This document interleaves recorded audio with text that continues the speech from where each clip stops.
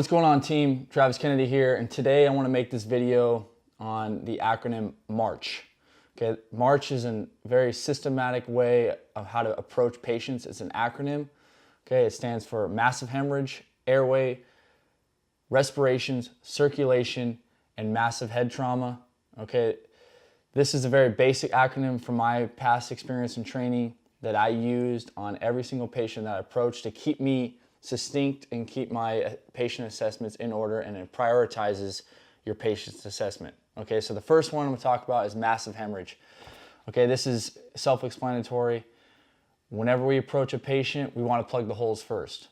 Okay, because if we don't do that and the blood continues to drain out whatever injury they may have, you know, think about it.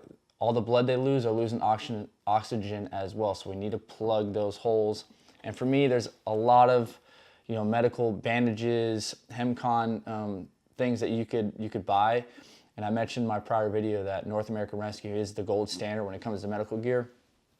And this is a med pack that I used in the past. I have today loaded up with kit. So I'm gonna break out some things so you can kind of get your mind rolling on the type of gear that you may need in the future. And again, this is very robust. You know, this is something you can get in the future and start just slowly building to it. So for massive hemorrhage, I go with the basics. I know it works, and this stuff is also very cheap. You could buy Acewrap Kerlix gauze.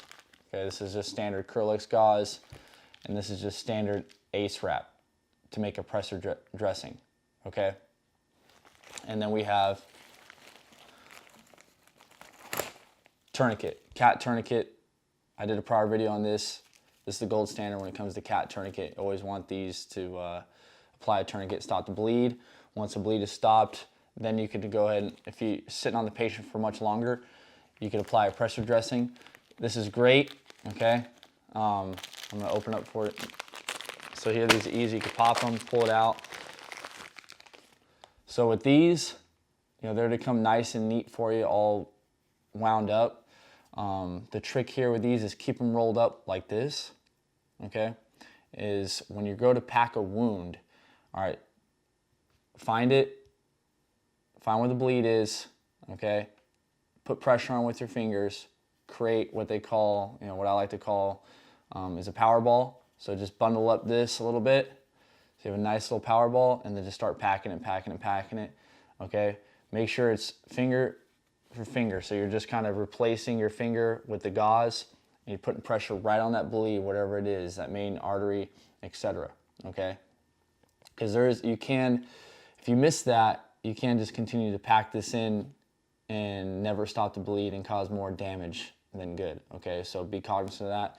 And eventually you'll have it in. You may have some excess gauze, so you could place it on top. And this, of course, Acewrap is apply a pressure. Okay, it's very, very simple, and these things get very, very tight. And you can just crank it down, tie it off.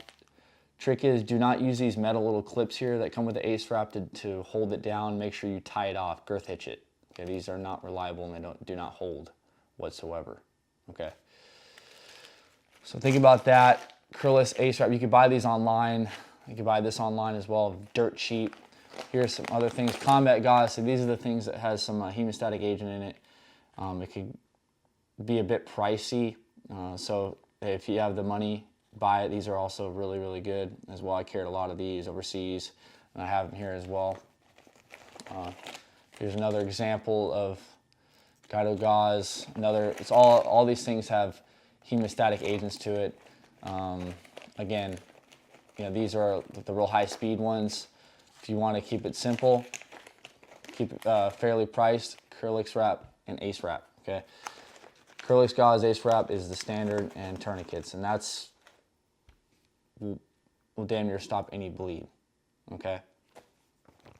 So next thing is airway.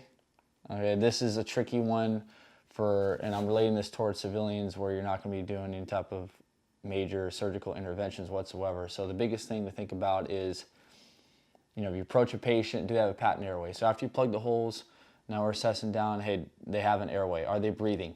Okay, a good way to check, you could visually watch the rise and fall of their chest. Okay, that's a good way.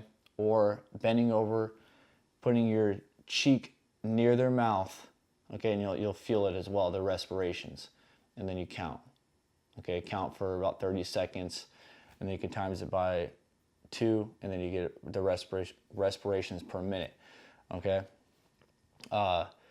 Remember, if the patient is talking, good rule of thumb is they're breathing, all right. You're not going to be applying anything, so a good way to do it is just place them in the recovery position, okay, in the fetal position or whatever position they may feel is comfortable, or up against the wall, leaning forward. If they have some type of facial trauma, typically lean them forward so they're not choking on their own blood or sputum or whatever the case may be. So position of comfort. Okay, if they're not breathing whatsoever, then you can do rescue breaths, conduct CPR. That's a later video. I'll touch on CPR. If you approach a patient and they may have, some holes within the trunk area, we obviously need to plug those holes, right? So a good thing to have is, these are just Halo chest seals. Come with 2 a pack, okay?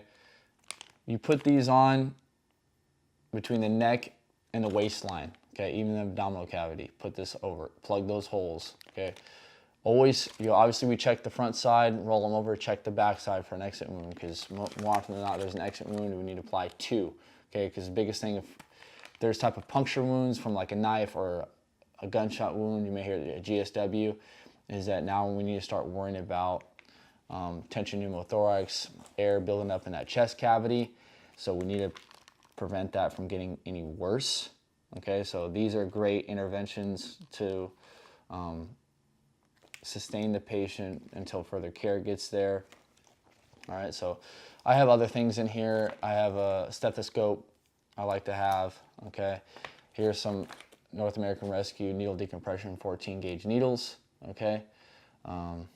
Like I said, these are the stuff I had downrange. I'm not going to be using this stuff on in the civilian world whatsoever.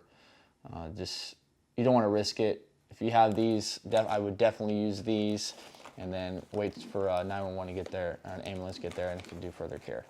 Okay, so think about that when it comes to airway. Make sure it's secure, make sure in their recovery position, plug those holes if they have any puncture wounds of the chest or the trunk area, okay? And further assess their situation, okay? So every time you do an intervention, make sure you reassess, especially with someone who's severely injured. We're reassessing every 5 minutes. So someone who's not really that bad, then maybe 10 to 15 minutes, okay? Respirations, okay, this goes along with airway too. This is a BVM. I highly recommend people get a BVM, bag valve mask, just to have on their person, because if you approach somebody, they're unconscious, may need rescue breaths, especially in today's age, you don't want to go mouth to mouth. You want some type of protective barrier over their over yours and their mouth. So a BVM is good, and they're small. This is with the bag. You don't need it. You could actually have just the BVM in place over it, and you could do actual rescue breaths for them. Okay, that's a great tool to have. Okay, and good rule of thumb is 1 every 4 seconds. Okay, if you actually have a bag, 1 compression every 1 to 4 seconds. Okay, so that's a good rule. This is a pulse oximeter. Again, this is just a fancy tool to check the oxygenation of the blood. All right, you don't have to have this thing. I like to have it to make sure my patients are sat in correctly. All right, good rule, 94, 95% is excellent, okay? Circulation, I'm just gonna briefly touch on this. I do have IV stuff, and I'm not even gonna go over it because I wanna tailor it towards, the average citizen who's not gonna be placing IVs on, just regular civilians, your friends, family, or just civilian bystanders that you may want to help, okay? You need to be trained on this, take an official course, so I'm not going to touch on it here. Biggest thing is we want to check circulation. Is our patient having enough blood pressure? Kind of just get an idea. So a good rule of thumb is if you check the carotid artery, if you feel a pulse, then he's about 60 over palp. Okay. Radial pulse, here, make sure we're checking pulse with 2 fingers. All right. About 80 over palp. Femoral, about 70 over palp. Okay, if you could feel those, that gives you a mental idea of where exactly they are. Then you could go even further. If you have a BP cuff, then you could check the BP again. You need some formal training on how to place it and then actually read it. Okay. So remember those: 60, 80 for radial, 70 for femoral. All right, make sure you're getting a good pulse check. And then massive head trauma. As our own first responders, not much we can do about that besides stabilize. All right, stabilize the head and neck area with your hand. Okay, make sure you're not moving around aggressively. If you notice there's a big traumatic injury to the head, you could wrap it with Kerlix gauze if there's bleeding. But other than that, you just need to stabilize as much as possible and then call further care immediately. All right. Those are some serious injuries that, the majority of us cannot even handle out in the streets. All right, some IV kits. Again, this is more robust stuff. Slowly build it. Buy a kit, buy your own personal blowout kit, because I'm a firm believer that we are our own first responders, okay? And that we're gonna be the first ones to treat not only ourselves, our family members, our friends, innocent bystanders on the street. If we could apply those quick interventions, assess the patient, call emergency medical services, and they get there, and we make their job easier, and we've done our job. All right, and for me personally, I carry this stuff. I have, like my first video I made for you guys, I have 2 kits in my vehicle, and then when I train, I have one on me. Whenever I train big groups, I carry this big robust medical kit because I know it works. Okay, I know I could treat quite a few patients with this, no problem. All right, I could apply my stop gaps, stop my injuries until further care could arrive. Especially, we're out I'm in the city area. Ambulance response time is fairly quick, but if you live in some type of rural area, so think about that. If you're in a rural area, it may take longer for an ambulance to get to where you're at. So you may need to sit on a patient much longer. So once you apply your interventions, you need to reassess, especially the severity of it, every 5 minutes. And every time, if you move the patient, reassess the interventions that you applied. And when I mean interventions, I mean if you applied a pressure dressing, applied a tourniquet, okay, if you applied a halo chest seal, etc., that you reassess that it's actually still working. All right, and that's huge. Oftentimes that gets overlooked because there is such a rush. Okay, and if you ever get lost, go back to the top of the M.A.R.C.H acronym and work your way down. Okay, that's kind of my assessment. Once I've completed my first run through, I just start from the top. Massive hemorrhage, my interventions are good, still have hemorrhage control. Okay, airway still patent, he's breathing 1 every 4 seconds. Secure respirations, circulation, I could feel a pulse, he has a good strong radial pulse. Okay, head trauma, if he has it, I just stabilize his head as much as possible. If he doesn't, then no worries. And I just kind of follow that continuum every time I reassess the patient, okay?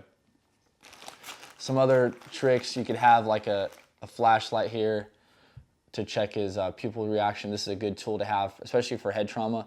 You could check someone's pupils, see if they're dilating or constricting evenly. So acronym for that is PERLA, pupils equal round reactive to light. Shears, always a must, okay? Always need to have those.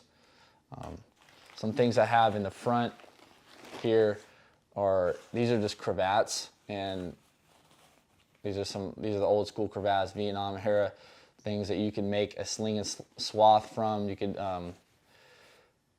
make splints out of, secure someone's arm if they broke any bones, etc. These come in handy for all kinds of different things. You can make a makeshift tourniquet out of it, square knot it up, get a windlass, and this thing will crank down super tight. So these are like little things you could think about and add. They're not necessary, but if you want to continue to add to your medical kind of kit, then these are the different things you could add. This is I got a SAM splint in here. All right, Again, it's another thing you can think about. This is for splinting, you know, broken bones, etc., or puncture wounds. Maybe they have like a knife stab and the knife's still in them. We don't want to remove it. We want to just secure it as best we can until we transport to further care. All right. So I know I covered that fairly quickly, but I wanted you guys to start thinking about something like this. I know you guys put some questions in below that you want some more medical training, and I just wanted to give you some insights into how the stuff that I carry, the kit that I have, my mindset.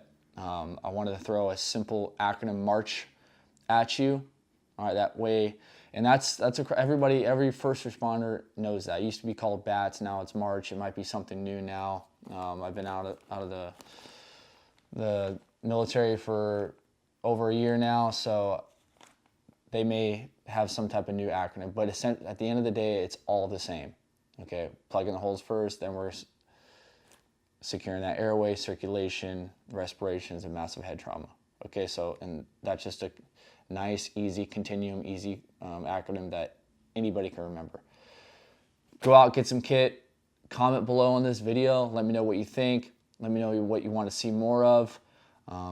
Continue to train, add your videos, adds value to not only me, but every member in the community. And I appreciate all the hard work. I appreciate all the value that each and every one of you add. Teams.